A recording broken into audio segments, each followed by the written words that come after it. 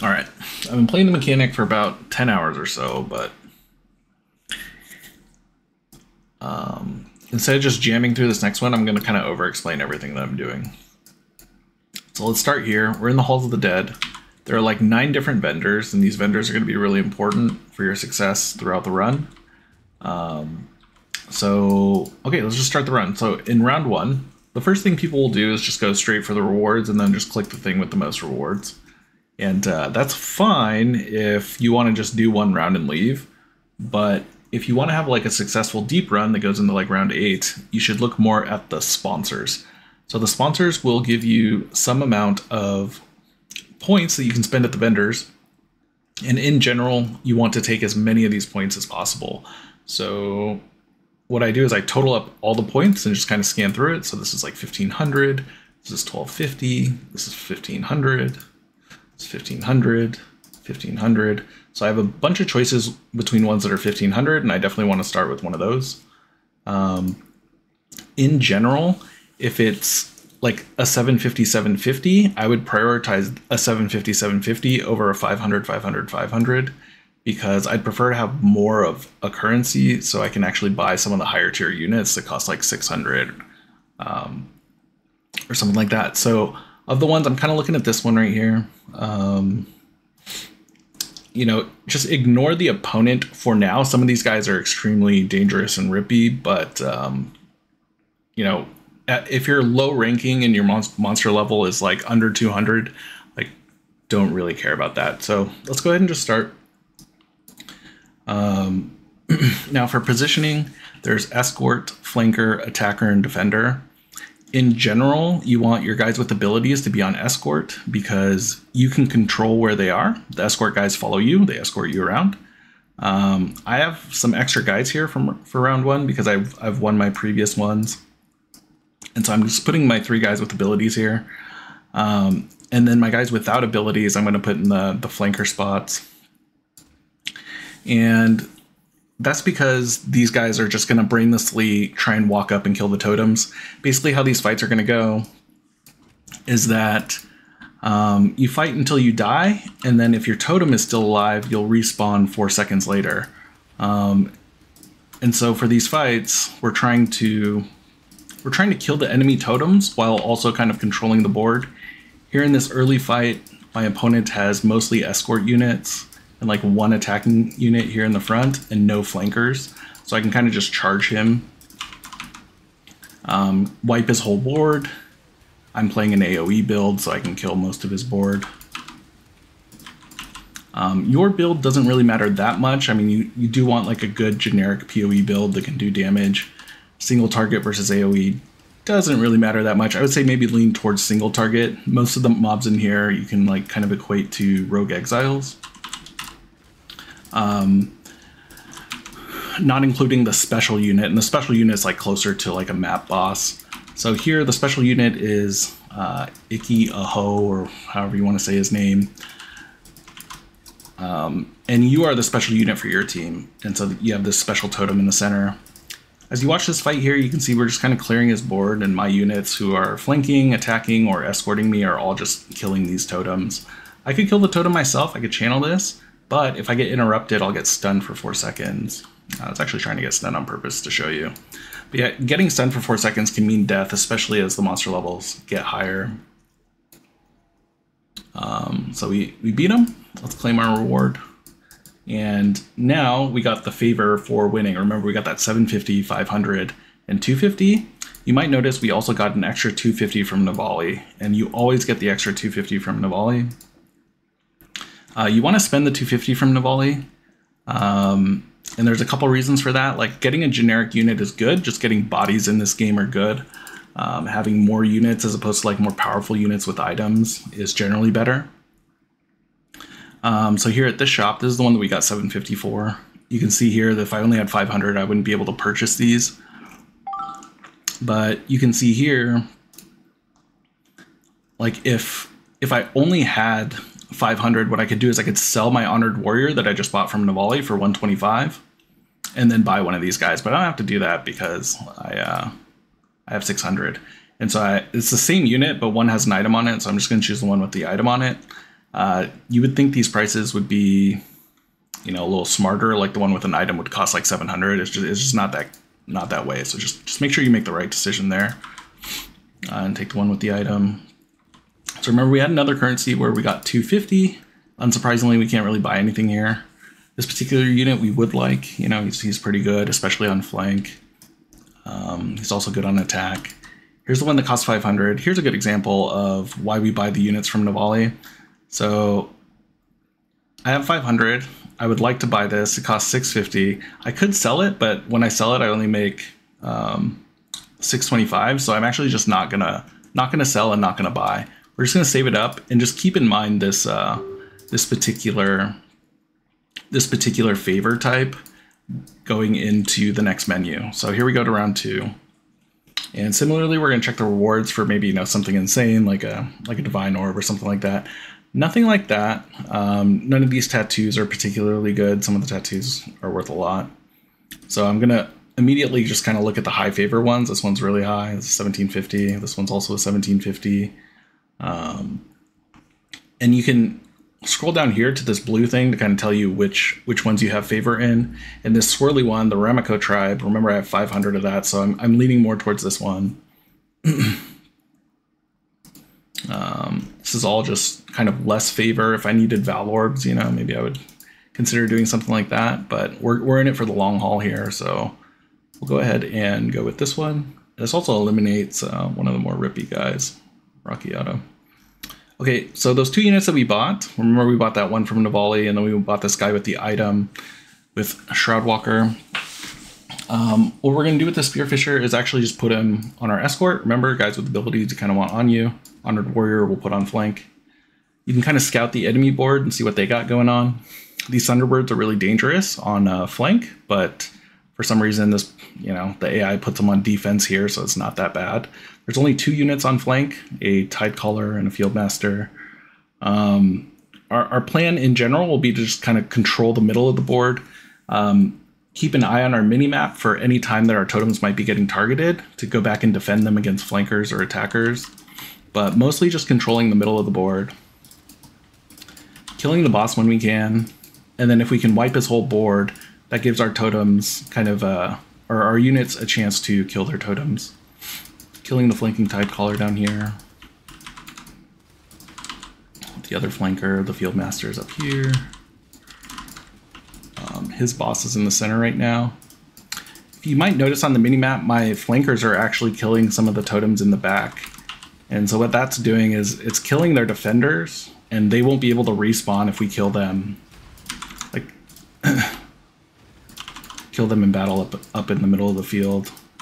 So this idea of like controlling the center, I think, is actually pretty important. In general, I would say your character is more important for defense than it is for offense, which is why you prioritize putting flankers in, as opposed to like attackers or defenders. My general strategy right now is focus a little bit more on offensive units, and then you are the defender. But there are some units in particular, maybe I'll get a Hinoka's Horn later, but there's some units that are really good on defense. The ones that like buff your totems, allow you to revive faster, or give you like a second revive or something like that. Okay, cool. 1 round 2, pretty flawlessly here. Now we have 1,000 currency from this guy, and now we can afford, you know, some of these more expensive units without having to sell something. The Sunset Sage is great. I really like him on escort because he can use like all of his abilities. So we're just gonna go ahead and buy him. Go to Navali, buy the 250 unit that's always there. And with our other currencies, we'll just check out 750s. This is great. Put that guy on flank. Now we got a choice between a Fire Breather with an item for 75 or an item for 600. You could tell like these items generally are being sold for like anywhere from 200 to 300. So this is a good deal to like buy this unit with the item. Fire Breather. When your enemies explode themselves, dealing fire damage in an area. I like him on attack. Basically, if you have an ability that you want to use as often as possible, putting them on attack or escort is generally a pretty good idea. Same thing, start around 3 here. We'll go ahead and look at all the different tattoos. And rewards, none of the rewards are particularly good.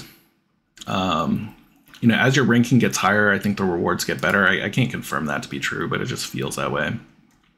This is a ton of favor or sponsor, whatever you call this, tribute. It's called something different for every mechanic, I feel like. Okay, we want to put this guy on flank. And you'll notice, so there's four positions for flank. I put him on the back one, and that's because like if we are losing a fight, like if his attackers get to here, it could actually, he'll kill the first flankers before the second flankers. So you want your best flankers to be like on the third row. If this is the first row here, so first, second, third row is where you want your best flankers. The Sunset Sage I wanted on escort. And then the Fire Breather we'll put on attack. You'll notice I put my attackers in the middle center, and that's because these ones are easier to defend than the ones that are like, you know, if I'm fighting down here for some reason and like this top one gets attacked, it might take me too long to get up here and defend this. So I put the best attackers, like the attackers with abilities there, and then I'll put my attackers without abilities kind of on the outside. You know, as you get in the later rounds and your board gets filled, everybody's going to have abilities. So like put your units with items maybe towards the center, you know, items that you want used very often. And scout the enemy team here. This is a good time to talk about idols. There are certain ones that like take up unit slots that aren't really units. You can buy these idols for yourself. The enemy teams will also have idols, but you just need to hover over them and be like mindful of what they do. Some of them will like pull you if you're 60 yards away. Some of them will freeze you or turn you to jade for a little bit. So just be mindful of what they do. And then once they're used, they'll be gone from the minimap. And so like what you would like to do is have them be used on your units and not you specifically, because if you get stunned and you know their boss or whatever is hitting you, then you could just die. There's only one flanker, and this flanker is a lunar turtle. This isn't the OP turtle. There's actually a turtle that's like super tanky and hard to deal with when he's on flank, but that's not that one. So with the 4 attackers and only 1 flanker, it's kind of just playing front to back here. I'm going to play a little bit more defensive just to kill this first initial wave here. You can see my flankers doing their thing here. We've already killed like the first 2 turrets. This guy has a proc shield, so we have to like stand in it to do damage to him. I'm taking a lot of damage from the enemy champion right now, so I'm just trying to play cautious. I actually can't even see him. I don't even know if like the animations are registering or what, but you see my Tide Caller casting a big wave there.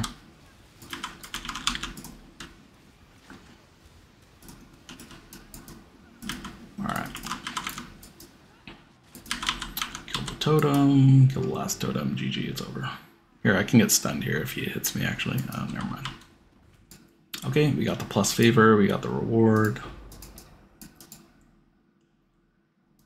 Let's go spend our loot.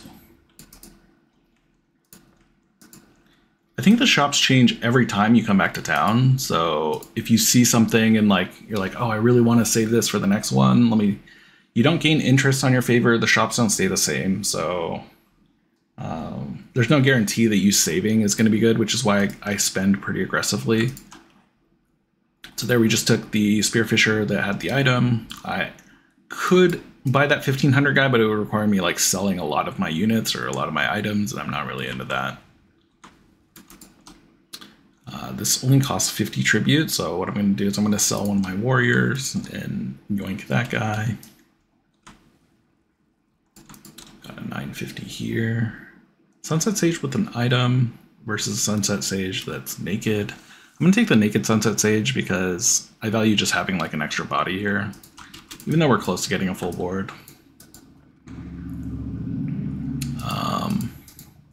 Okay, I'm gonna go ahead and just do a greedy choice here. So like, you know, if I was like going for the gusto or whatever, I might take this, and it has a whole bunch of this.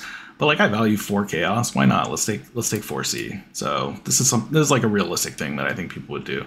So even though I'm only getting the minimum amount of tribute or whatever, like I want it for the reward. So I'm just gonna take it for the reward. We're gonna put this guy on flank. Remember what I was talking about before with the flanking position being the way it is. I have a Spearfisher with an item who I want using his ability a lot, so I'm going to put him there. And the guy that he replaced, the Field Master, I'm just going to put him up here. Sunset Sage has abilities. And now all we have are these warriors for defense. There's a couple really good units for defense. These warriors are not really good ones, but we just have all of our units basically with abilities doing things here. I could have put some of these units with abilities on flank, but remember, I want these abilities to kind of be attacking. Like flank, they'll try and ignore combat and like head for the turrets. So like the abilities kind of get wasted. They're throwing abilities at nothing, right? So if I have cooldowns and abilities that I want being used often, I want to put them on attack or escort.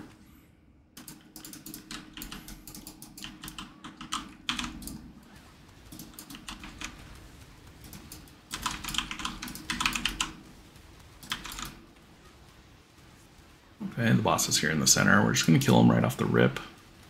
One thing you could do is kind of like leave him low on health, try and kill the rest of his board, and then you get like 4 seconds where his entire board is wiped.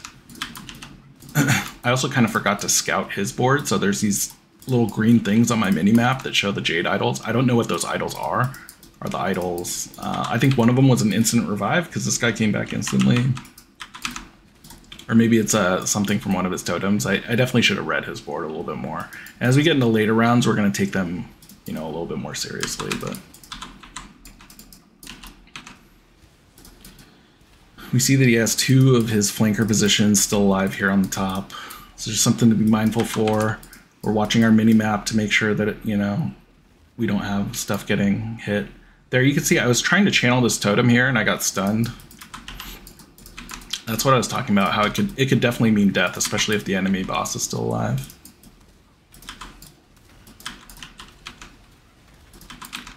So our attackers and our flankers have done a good job of killing his totems at this point. The boss is still alive, somewhere up here, I think. I don't know, here he is in the middle. We could actually just leave him alive at this point, and then just kill his defenders, kill his flankers. If we want to just make it go a little bit faster, so that's what I'm going to do. I'm just going to ignore the boss and then just kill all this stuff on defense. Alright, victory.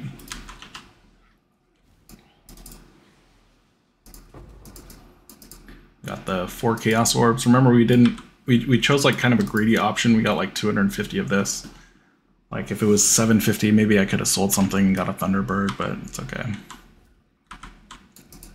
Got the 250 from Navali. We'll buy the warrior. I am not going to buy the turtle with the item. And because I don't have a lot of currency to spend on anything, we'll just queue it up and go right to the next one. This is the best reward. 3 polished ambush scarabs, and it's the most amount of tributes. It's just kind of a no-brainer here. This guy has a very powerful melee attack that can sometimes kill you, so just something to look out for. Let's go ahead and scout his board. Constructs a very long wall. This is mostly useless. I don't know. Sometimes it can prevent people from like interrupting you. Titanic Shell. Okay, this thing's worth talking about. As you get higher up in the ranks, you're gonna encounter this thing. If it's in the flanking position, it's nuts. Like it can't be stopped. It can't be knocked back, stunned, or interrupted. It has a massive amount of health, and it's smart in the flanking position in that it will just target your totems until they die. So it's something to be very mindful of. On defense, it's also pretty annoying. Basically, what it's going to do, it's going to make a lot of the totems immune. It can make all of the totems immune, actually, except for itself. And so what you have to do is you have to like kill him and then channel his turret. And that can be hard to do when there's like a whole board of, you know, people doing stuff. Fortunately for us, there's only like 2 flankers here. So once we kill those flanker totems, it's going to be pretty easy to play a little bit more offensively. That huge leap slam just almost one-shot me. The proc shield guys killing my middle center turret or tower. Playing a little defensively here at the start, trying to let our flankers do work. I'm noticing on my mini-map that some of the totems on the defense are dying, which is great. So it's getting past the turtle, the Titanic turtle that I was talking about. And so it's up to us to just play defense here. Let our flankers do their work. So I actually don't know the AI specifically on the flankers. Like you would think like, okay, I put these 2 flankers on the bottom, they're gonna target the bottom towers first. Sometimes it doesn't really do that. Like I've seen bottom flankers go all the way to the back row, sometimes to the middle row. The flankers seem to be like pretty aggressive, and I don't know exactly how they prioritize their units, if it's like by cost or something. Not really sure, but yeah, we spent a lot of time talking about that turtle, and that turtle ended up being really irrelevant.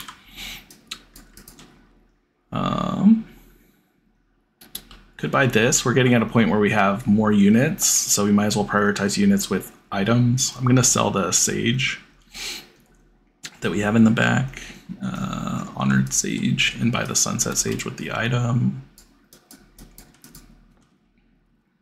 Could sell something to buy this, but I don't need it. It's only 300. We'll go ahead and buy the honored warrior, and we'll send. Round 6, here we go. Only 1 person to fight. The reward is 100 life triumphant Lamar. Great. Okay, well, we'll just fight him. Nothing to do here but fight him. He's got a full board here. You can see here what his blessings do. One gives him a whole bunch of leech. Another one gives him a whole bunch of damage. This one gives him a whole bunch of damage. He's got some very good flankers. This particular unit's pretty good on flank. True stealth here. Summons a clone as well. Bloodbound warriors hit pretty hard, but he doesn't have a lot on defense, so that'll be his weakness. Again, we're just going to play kind of defensively here at the start. We're going to put this sunset sage here. Actually, I want to put it middle of the back. We'll put the warrior there. I have another honored warrior here. We could have sold it and like bought an item or something if we really wanted to min-max, but I don't think we need to.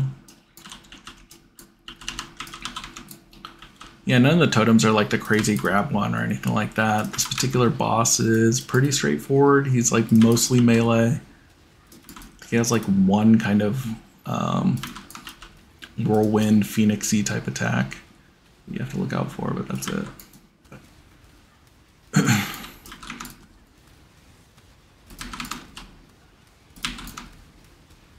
Just letting my flankers do their thing. We've got a full board here. And this is what I was talking about, prioritizing units over items or idols. Is like we just have so many bodies on the board to like take hits and deal damage that like we'll win a game of attrition against somebody who has like a lot of totems.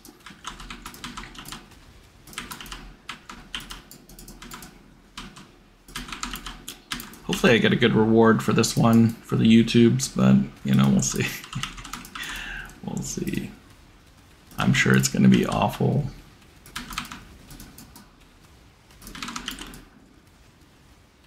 I said the rewards get better as you go deeper, but we'll see here. All right, flankers have done their thing. If you've noticed during this, I've done very little channeling myself on any of the totems, and that's because you really. All right, we won the tournament. I got 3 units for my next fight here. My rating went up by 12. The ranking went up by 12. So now we're almost 300, and hopefully, you know, 300 some breakpoint for a bunch of loot. You get the reward that you chose, which was this 6 link, and then I get to choose between an omen or a tattoo. Generally, the tattoos are going to sell for more. There's a couple omens, like one guarantees you a 6 link, one guarantees you a unique when you use a chance orb. So just like kind of look out for those things. But that is it for this video. hopefully you guys learned something. I'm going to be doing a whole bunch of runs like these on my stream, so feel free to stop by on twitch.tv. Thank you guys for stopping by, and I'll see you guys in the next one.